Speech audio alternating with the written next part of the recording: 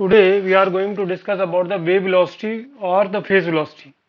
When a monochromatic wave moves through a medium, its velocity of advancement in the medium is called the wave velocity. For example, a plane harmonic wave traveling in the plus x direction. This is the wave. Let us take this is the wave. So the displacement of this wave in the from left to right in the plus x direction, that is defined by y equal to a sine omega t minus kx, where a is the amplitude of the this wave and omega is the angular frequency and k is the propagation constant, x is the displacement in the x direction and t is the time. So this is the displacement of a wave in the positive x direction. By definition, the ratio of angular frequency to the propagation constant is the wave velocity. That is, it is denoted by Vp, and Vp equal to omega by k. So A is the amplitude of the wave, omega is the angular frequency, and k is the propagation constant, that is equal to defined by 2 pi upon lambda propagation constant. Omega t minus kx क्या है? ये phase of the wave motion है. This is the phase of the wave motion. Now Vp हम define करते हैं, जैसे velocity जो है न्यू लैम्डा से भी डिफाइन होती है, और न्यू को हम ओमेगा अपॉन 2 पाई और लैम्डा को हम 2 पाई अपॉन के लिख सकते हैं फ्रॉम दिस फॉर्मूला. तो ये हमारे पास 2 पाई से 2 पाई कैंसिल, तो ओमेगा अपॉन के, दिस इज ओमेगा अपॉन के आ जाएगा. तो जो फेज वेलोसिटी है एक सिंगल वेव की, वो हम कह सकते हैं the velocity of single wave, that is the phase velocity, और वेव वेलोसिटी कह सकते हैं हम इसको. और ये किसके बराबर आती है? ओमेगा बाई के बराबर आती है. तो ये ओमेगा टी माइनस के क्या है? कांस्टेंट है. अगर हमारे पास the planes of constant phase है ना, कांस्टेंट फेज के लिए हम जो है ये कांस्टेंट फेज हो जाएगा, तो दिस ये फेज है हमारे पास, तो ये क्या हो जाएगा हमारे पास? कांस्टेंट हो जाएगा. तो ओमेगा टी माइनस के एक्स क्या हो जाएगा? कांस्टेंट. तो डिफरेंशिएट कर दो इसको विद रिस्पेक्ट टू टाइम, तो ये आ जाएगा omega minus k d x by d t equal to 0. तो dx by dt हमारे पास क्या आ जाएगा? Omega by k. तो this is we can set that this is the phase velocity or the wave velocity, Vp equal to omega by k. Thus the wave velocity is the velocity with which the planes of constant phase advance through the medium. Hence the wave velocity is called the phase velocity, because the wave velocity is the velocity by with which the planes of constant phase का है हमारे पास, advance करता है through the medium में advance करता है constant phase, है ना.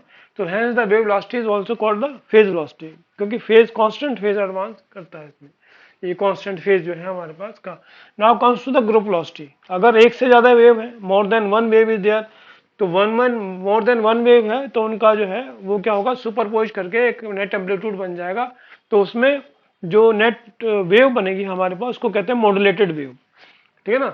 मॉड्यूलेटेड वेव, उसमें मैक्सिमम एम्पलीट्यूड और मिनिमम एम्पलीट्यूड दोनों होंगे.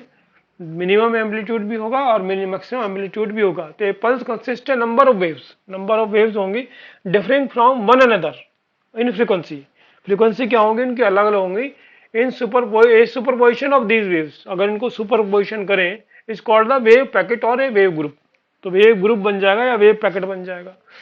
When such a group travels in the medium में जब ये एक से ज्यादा वेव ट्रैवल करेंगी, the phase velocity of its different components are different. तो फेज वेलोसिटी क्या होंगी? कि अलग अलग होंगी. These the observed velocity is however the velocity with which the maximum amplitude of the group advances in medium. This is called the group velocity. This is the group velocity, यानी कि जो हमारे पास मैक्सिमम एम्पलीट्यूड की जो wave है वो कितने से एडवांस हो रही है, कितनी उसकी maximum amplitude of the group advances in the medium, तो वेलोसिटी उसकी देखी जाएगी.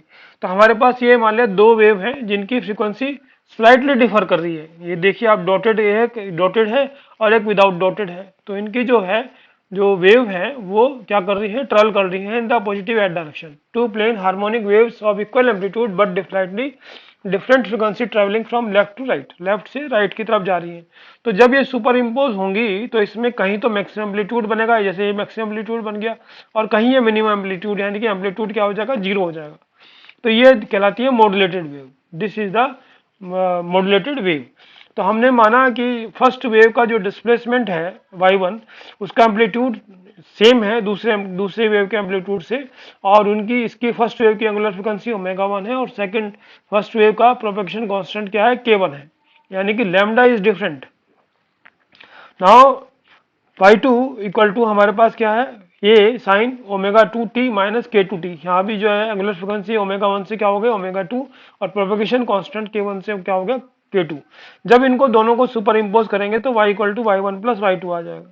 तो y equal to a common आ जाएगा, sine omega 1t minus k1x plus sine omega t minus k2x आ जाएगा। तो इसमें फॉर्मूला हम लगा सकते हैं, sine A plus sine B equal to 2 sine A plus B cos A minus B divide by 2। ये cos A minus D divide by 2 आ जाएगा हमारे पास।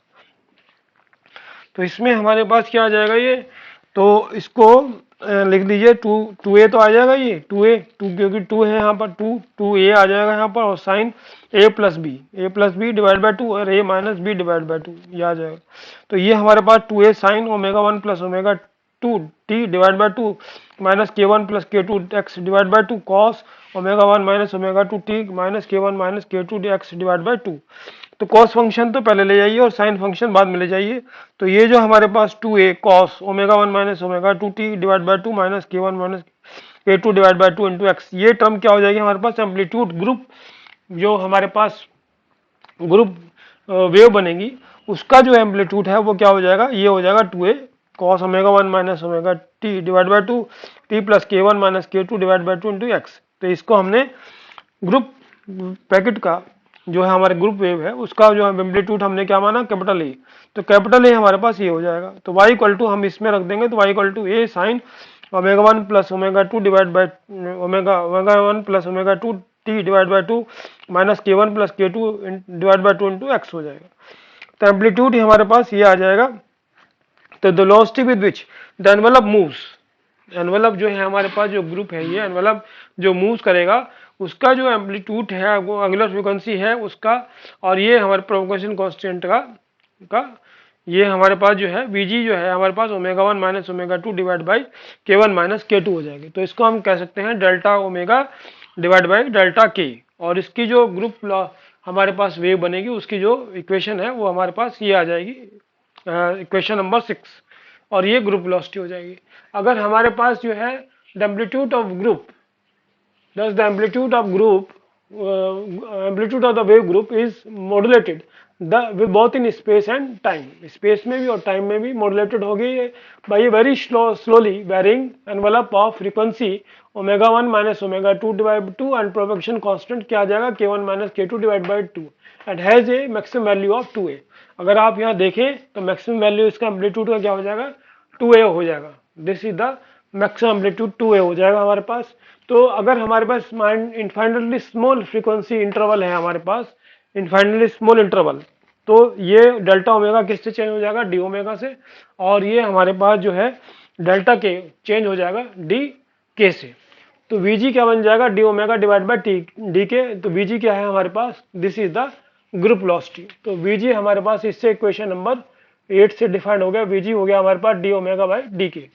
Now comes to the relation, what is the relation between the group velocity and the wave velocity हमें निकालना है। तो group velocity हमारे पास है D omega by d K, तो डी बाई डी के, और ये ओमेगा को हम फेज वेलोसिटी वाले इस इक्वेशन से जो हमारे पास ये आई थी, इस इक्वेशन से हम ये लिख सकते हैं v p equal to omega by k. तो ये हमारे पास ओमेगा जो है वो v p into k into v p आ जाएगी। तो ये हमने लिख दिया, के कांस्टेंट है हमारे पास, प्रोपगेशन कांस्टेंट है, तो ये के DVP by DVP divide by d के आ जाएगा। तो वीपी प्लस के जो है वो प्रोपगेशन कांस्टेंट की वैल्यू 2 पाई अपॉन लैम्डा है। तो ये 2 पाई अपॉन लैम्डा रख देंगे दोनों जगह, 2 pi upon lambda DVP divide by D 2 pi upon lambda. तो वीपी प्लस 1 अपॉन लैम्डा, क्योंकि 2 पाई से 2 पाई कैंसिल हो जाएगा, DVP divide by D 1 upon lambda.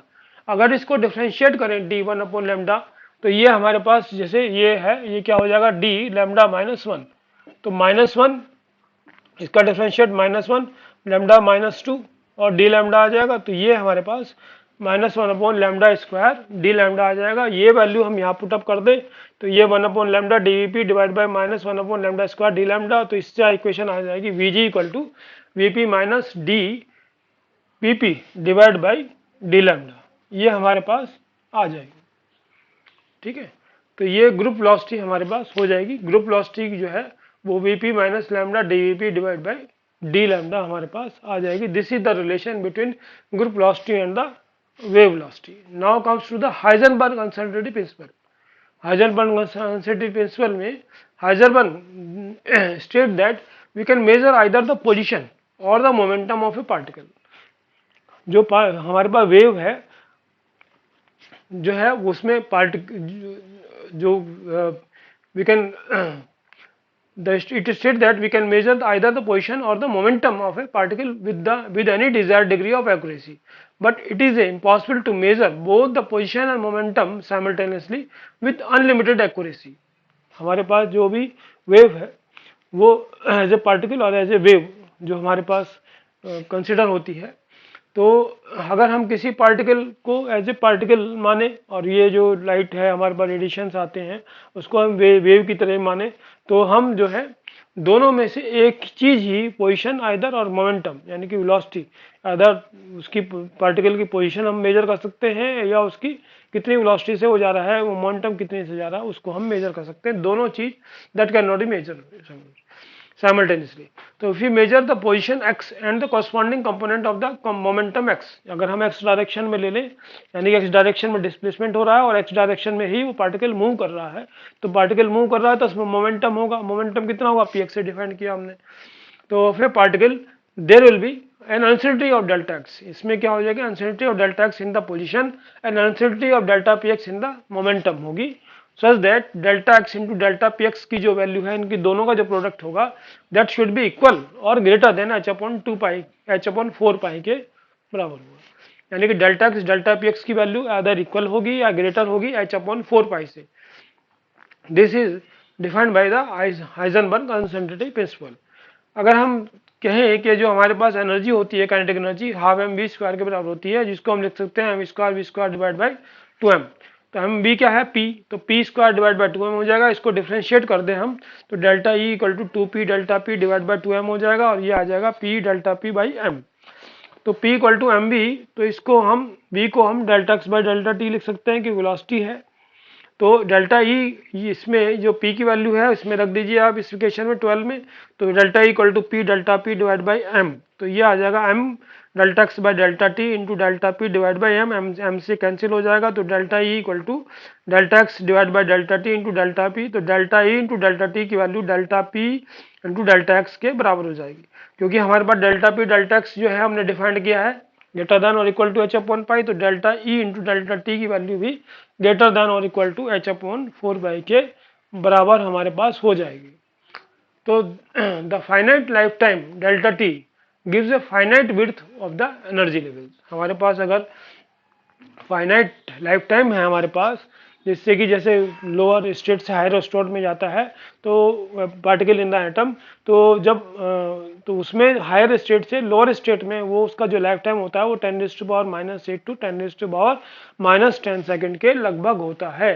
तो यही कहते हैं कि the finite lifetime delta T gives a finite width of the energy level. Energy level की जो विड्थ होगी यानी कि जो एनर्जी इमिटेड होगी या एब्जॉर्ब होगी दैट विल बी हमारे पास जो है वो फाइनाइट उसकी विड्थ होगी. Now complementary principle क्या कहता है कि it states that the wave and the particle aspects of a matter are complementary rather than being contradictory. मतलब इसमें जो हमारे पास मैटर है वो एज ए पार्टिकल और एज ए वेव दोनों की तरह बिहेव करेगा हमारे पास.